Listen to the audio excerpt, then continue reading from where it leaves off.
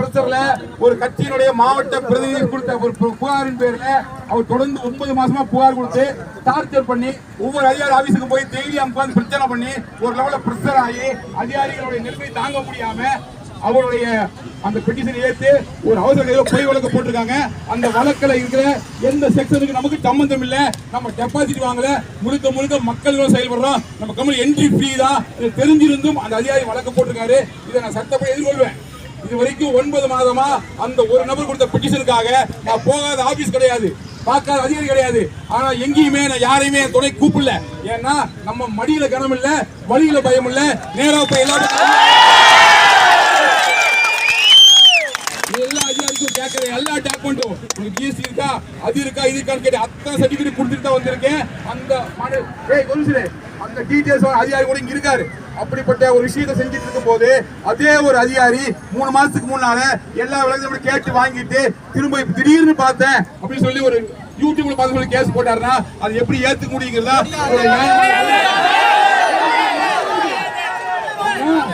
ஆனா அதிகார வர்க்கம் இன்னைக்கு அதிகாரிங்க அவங்க என்ன கேட்டுக்கிறாங்க அப்படின்னா, நீங்க உங்க பெட்டிஷனை கொடுங்க, கண்டிப்பா நடவடிக்கை எடுக்கிறோம். நிச்சயமா உங்க கம்பெனி நியாயங்கிறதா வந்து தெரிஞ்சுக்கிட்டாங்க.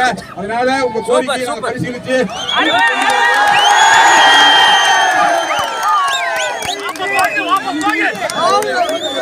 அந்த ஒரு அறிவிப்பை நம்பி உங்களுடைய சார்புல பெட்டிஷன் இப்ப நான் கொடுக்குறேன். நிச்சயமா நடவடிக்கை எடுத்து அந்த பொய் வழக்கு ரத்து பண்ணுவாங்க.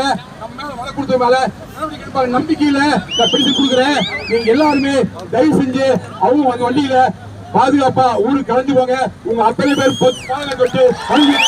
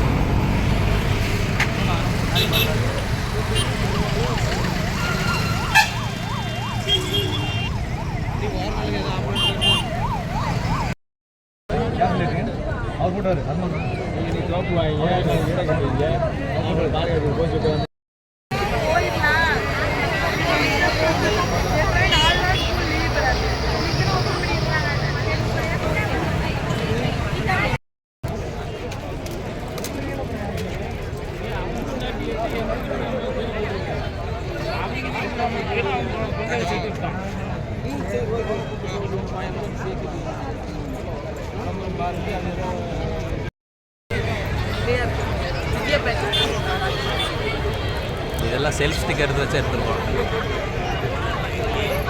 நிறைய பேர் வந்து போயிடுச்சு, வீடியோலாம் நிறைய போயிடுச்சு, எல்லாம் போஸ்ட் பண்ண ஆரம்பிச்சிட்டாங்க. எனக்கு வராதுக்கு முன்னாடி இங்கே நடக்கிறதாங்க குரூப் அதான்